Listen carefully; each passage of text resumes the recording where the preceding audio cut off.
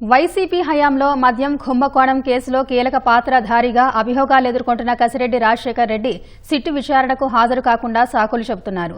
దర్యాప్తునకు సహకరిస్తానంటూనే అసలు ఈ కేసులో తనకేం సంబంధం అంటూ ఎదురు ప్రశ్నలు వేస్తున్నారు.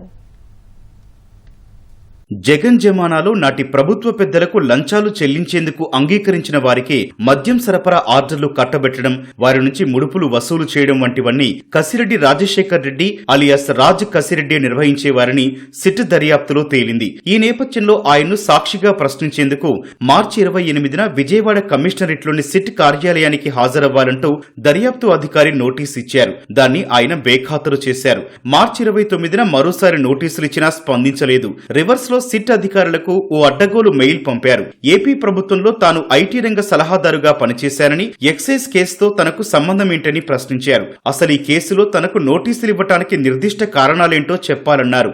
ఏ ప్రాతిపదికన ఏ ఆధారాలతో తనను విచారణకు పిలుస్తున్నారో సమాధానమివ్వాలని అడిగారు. ఇందుకు అవసరమైన పత్రాల ప్రతుల్ని ముందే సమర్పిస్తే తనకు సిట్కు విలువైన సమయం ఆదా అవుతుందంటూ సుద్దులు చెప్పుకొచ్చారు. ఇదే సమయంలో సిట్ ఇచ్చిన నోటీసుల్ని రద్దు చేయాలని, తనను అరెస్టు చేయకుండా ఆదేశాలు ఇవ్వాలంటూ హైకోర్టులో పిటిషన్ వేశారు. అయితే జోక్యం చేసుకునేందుకు న్యాయస్థానం నిరాకరించింది. ఈ నేపథ్యంలో ఈ నెల 9న విచారణకు హాజరు కావాలంటూ రాజ్ కసిరెడ్డికి సిట్ మూడోసారి నోటీసులు ఇచ్చింది. మార్చి 25న 26న హైదరాబాద్ లోని 2 నివాసాలకు సిట్ అధికారులు వెళ్లినా రాజ్ కసిరెడ్డి అందుబాటులోకి రాలేదు. రెండోసారి ఆయన తల్లి సుభాషినికి నోటీసులిచ్చి వచ్చేశారు. ఈ నేపథ్యంలో ఆయన అజ్ఞాతంలోకి వెళ్లారని పోలీసులు భావిస్తున్నారు.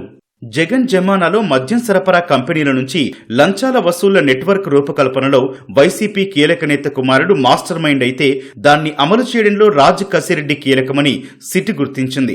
ఏ కంపెనీ నుంచి ఎంత మద్యం కొనాలి, ప్రభుత్వ మద్యం దుకాణాల్లో ఏ రోజు ఏ బ్రాండ్లు అమ్మాలనేది ఆయన ఆదేశాల మేరకే జరిగేవని తేలింది. ఈ నేపథ్యంలో రాజ్ కసిరెడ్డిని ప్రశ్నిస్తే ఈ కేసులో కీలక వ్యక్తుల ప్రమేయం బయటపడే అవకాశం ఉంది.